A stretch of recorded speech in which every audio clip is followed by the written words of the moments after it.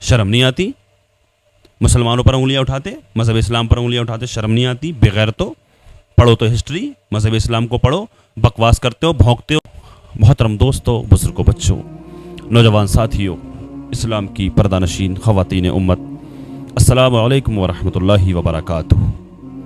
مسلمان کو بدنام کرنے کی لگاتار سازشیں، کوششیں، کبھی کسی ذریعے سے کبھی کسی ذریعے سے، آئے دن مووی بناتے ہیں یہ لوگ، اس طرح کی، یہ گدھے اس طرح کی مووی بناتے ہیں جس سے کہ مسلمانوں کو بدنام کیا جائے۔ کمائی ہوتی ہے اس سے، مسلمان کے نام سے تو اچھی کمائی ہوتی ہے، مذہب اسلام کے نام سے تو اچھی کمائی ہوتی ہے، پورا گودی میڈیا مسلمانوں کے نام پہ پل رہا ہے اور پورا مسلمانوں کے نام پہ چل رہا ہے سب کچھ، سمجھ سکتے ہیں آپ۔ مسلمان کو لگاتار بدنام کرنے کی کوشش ہے۔ ایک مووی آ رہی ہے جو ریلیز ہونے والی ہے، جس کا ٹریلر آیا ہے، اس کے بارے میں اس میں دکھایا گیا، اس مووی کا نام ہے کہ ہم دو ہمارے 12۔ اس کے اندر دکھایا گیا ہے کہ مسلمان بچے زیادہ پیدا کرتے ہیں۔ یہ جو بڑھتی آبادی ہے، یہ جو جن سنکھیا ہے، یہ مسلمان اس کے ذمہ دار ہیں۔ مسلمان زیادہ بچے پیدا کرتے ہیں۔ اس کے اندر قرآن پاک کی آیات کی بے حرمتی بھی کی گئی ہے، اس کا ترجمہ غلط بیان کیا گیا ہے۔ اس کے اندر اسلام کو بدنام کرنے کی سازشیں، مسلمانوں کو ذمہ دار ٹھہرایا گیا کہ بڑھتی آبادی کا ذمہ دار مسلمان ہے۔ در حقیقت کیا ہے؟ انہیں حقیقت سے کوئی لینا دینا نہیں ہے، ان کو صرف مسلمانوں کو بدنام کرنا ہے۔ لیکن ان اندھ بھکتوں کو کچھ آتا جاتا تو نہیں ہے، اس سے انہیں کوئی مطلب نہیں ہے۔ میں بتاتا ہوں، بھکتوں سنو گدھو۔ 1951 میں جب ہندوستان اور پاکستان کا بٹوارا ہوا تھا تو اس وقت ہندوستان کی آبادی، کل آبادی 36 کروڑ تھی۔ تمہارا باپ بتائے گا، یہ تمہارا باپ بتائے گا اس وقت میں، جس وقت میں 1951 میں جس وقت ہندوستان اور پاکستان کا بٹوارا ہوا تھا، اس وقت میں ہندوستان کی کل آبادی 36 کروڑ تھی، جس میں 30 کروڑ ہندو تھے، 4 کروڑ مسلمان تھے، 80 لاکھ عیسائی تھے، باقی سکھ تھے۔ لیکن آج مسلمانوں کی آبادی 4 کروڑ سے اٹھ کر کے آج 20 کروڑ ہو گئی ہے۔ 4 کروڑ سے 20 کروڑ ہو گئی ہے۔ مسلمان 10 بچے پیدا کرتے ہیں، 8 بچے پیدا کرتے ہیں، 12 بچے پیدا کرتے ہیں، اس لیے مسلمانوں کی آبادی 4 کروڑ سے 20 کروڑ ہو گئی۔ لیکن اب میں یہ پوچھنا چاہتا ہوں، جو 2 بچے پیدا کرتے ہیں تو ان کی آبادی 30 کروڑ سے آج 110 کروڑ 20 کروڑ کیسے ہو گئی بھائی؟ کیسے ہو گئی؟ کیونکہ مسلمان تو 12 بچے پیدا کرتے ہیں، 10 بچے پیدا کرتے ہیں، اس لیے ان کی آبادی 4 کروڑ سے 20 کروڑ ہو گئی۔ لیکن جو 2 بچے پیدا کرتے ہیں تو ان کی آبادی 30 کروڑ سے آج 110 کروڑ 120 کروڑ کیسے ہو گئی؟ بڑی حیرت کی بات ہے بھائی، 30 کروڑ سے سیدھا 110 کروڑ 120 کروڑ ہو گئی آبادی، کیسے ہو گئی؟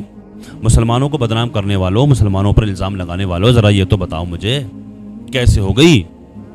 ارے 30 سے 60 کروڑ ہو جاتے، چلو 30 سے 60 کروڑ ہو جاتے، 70 ہو جاتے، 80 ہو جاتے، 90 ہو جاتے، 110 پہ 120 کروڑ ہو گئی۔ اور ایک چیز اور بتاؤں میں آپ کو، ہمارے پرائم منسٹر صاحب کتنے بہن بھائی ہیں معلوم ہے آپ کو؟ 6 بہن بھائی ہیں۔ ہمارے سی ایم صاحب، چیف منسٹر شری مانیہ یوگی آدتیہ ناتھ جی، 7 بہن بھائی ہیں۔ معلوم ہے اس بات کا آپ کو؟ کیسے کر کے آبادی بڑھ رہی ہے ہندوستان کے اندر، جن سنکھیا کیسے بڑھ رہی ہے؟ ایسے بڑھ رہی ہے۔ مسلمانوں کو تو صرف بدنام کیا جاتا ہے، لیکن آبادی بڑھنے کا ذمہ دار صرف مسلمان ہے۔ جن سنکھیا بڑھنے کا ذمہ دار صرف مسلمان، صرف مذہب اسلام۔ کرسچن 80 لاکھ سے 3 کروڑ ہو گئے، بڑھوتری نہیں ہوئی ہے؟ کرسچن 80 لاکھ سے 3 کروڑ ہو گئے، یہ بڑھوتری نہیں ہے؟ لیکن صرف مسلمانوں پہ نظر ہے، مسلمانوں کو ہی ٹارگٹ کیا جاتا ہے، مسلمانوں کو ہی بدنام کیا جاتا ہے۔ یہ جو راجنیتک نعرہ دیتے ہیں نا اپنے مفاد کے لیے، اپنے فائدوں کے لیے، یہ صرف ہم دو ہمارے دو، یہ صرف ڈھکوسلے بازی ہے۔ حقیقت کچھ اور ہے، یہ صرف ڈھکوسلے بازی ہے، ایسا کچھ بھی نہیں ہے۔ حقیقت کچھ اور ہوتی ہے، یہ صرف ڈھکوسلے بازی ہے۔ 20 کروڑ سے سیدھا 110-20 کروڑ ہو گئے، 60 کروڑ ہو جاتے، 70 کروڑ ہو جاتے، 80 کروڑ ہو جاتے۔ لیکن یہ سچائی کوئی نہیں بتائے گا، بس مسلمان ذمہ دار ہیں بڑھتی آبادی کے، جن سنکھیا کے، صرف مسلمان ہیں۔ اچھا، یہ جو مووی ریلیز ہونے کے لیے جا رہی ہے ستا کے پجاریوں کی طرف سے، ستا کے تلوے چاٹنے والوں کی طرف سے، اس میں قرآن پاک کی آیت کا بھی حوالہ دیا گیا ہے اور اس طرح کی بات کی گئی ہے کہ عورت تمہارے لیے کھیتی ہے، اس میں جس طرح سے چاہو جب چاہو داخل ہو جاؤ۔ قرآن پاک کا غلط مطلب نکالا گیا ہے اور اس کے ٹریلر میں صرف یہ دکھایا گیا ہے کہ عورت صرف مرد کی فرما برداری کے لیے ہے، مرد کی نفسانی خواہشات کا ایک ذریعہ ہے مرد کی نفسانی خواہشات پوری کرنے کا ایک ذریعہ ہے، صرف یہ دکھایا گیا ہے اس کے اندر۔ میں ان گدھوں سے پوچھنا چاہتا ہوں، گدھو کھیتی کسے کہتے ہیں؟ السلام علیکم، میں ہوں محمد شجاع الدین۔ ناظرین، آپ میرے ہاتھ میں یہ جو دیکھ رہے ہیں یہ ہے تکمیلی تلبینہ۔ تکمیلی تلبینہ طاقت، صحت اور شفا کے لیے سنت اور طب نبوی کا بہترین نسخہ ہے۔ اگر آپ اپنے علاقے میں تکمیلی تلبینہ کا بزنس کر کے گارنٹی کے ساتھ ہر مہینے 15 سے 25 ہزار روپے تک کمانا چاہتے ہیں تو ابھی اس نمبر پر کال کریں 9890963757۔ میری اپنی کمپنی ہے Takmili food products private limited, Malegaon, India. کھیتی بنجر زمین کو کہتے ہیں۔ کھیتی اس کو کہتے ہیں جس میں سبزہ اگتا ہے، جس میں فصل پیدا ہوتی ہے، جس میں پھل پیدا ہوتا ہے۔ کھیتی بنجر زمین کو نہیں کہا جاتا ہے۔ قرآن پاک میں عورت کو کھیتی اس لیے کہا گیا کہ عورت سے انسانی نسل آباد ہوتی ہے، عورت سے انسانی نسل آگے بڑھتی ہے، اس لیے قرآن پاک میں عورت کو کھیتی کہا گیا۔ گندے ذہن والو، گندو، تم کیا عزت دو گے عورت کو جو عورت کو مذہب اسلام نے عزت دی؟ عورت کو زندہ جلا دیا جاتا تھا۔ عورت کو، کسی عورت کا اگر کوئی شوہر مر جاتا، کسی عورت کا کوئی پتی اگر مر جاتا تو اس کو اس کے ساتھ میں اس کو منحوس کہا جاتا تھا، اس کو اس کے ساتھ میں دفنا دیا جاتا تھا۔ اس کو مذہب اسلام سے پہلے کی ہسٹری تو پڑھو تو بکواس کرتے ہو، بھونکتے ہو، تم سمجھنے کی کوشش کرو، پہلے پڑھو تو صحیح۔ مذہب اسلام سے پہلے اور جب کسی عورت کا کوئی شوہر مر جاتا، اس کا پتی مر جاتا تو اس کو منحوس کہا جاتا تھا۔ اس کو اس کے شوہر کے ساتھ میں دفنا دیا جاتا تھا، اس کے ساتھ میں اس کو جلا دیا جاتا تھا، اس کی چتا میں جلا دیا جاتا تھا اس کو۔ یا تو پھر ایسا ہوتا تھا جب کسی عورت کا آدمی مر جاتا تو ساری زندگی وہ سفید کپڑوں میں رہتی، اس سے چوڑیاں چھین لی جاتی تھی، اس سے جینے کا ادھیکار، اس سے جینے کا حق چھین لیا جاتا تھا، اس کا کھانا پینا، رہنا سہنا، اس کا سب کچھ الگ کر دیا جاتا تھا، اس کی زندگی ختم بس۔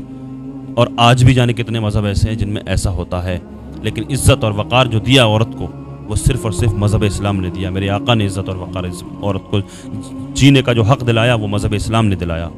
فقط اسلام ہی ایک ایسا ہے جس نے عورت کی تکلیف کو محسوس کیا، عورت کو عزت کے ساتھ زندگی گزارنے کا حق دلایا، ادھیکار دلایا۔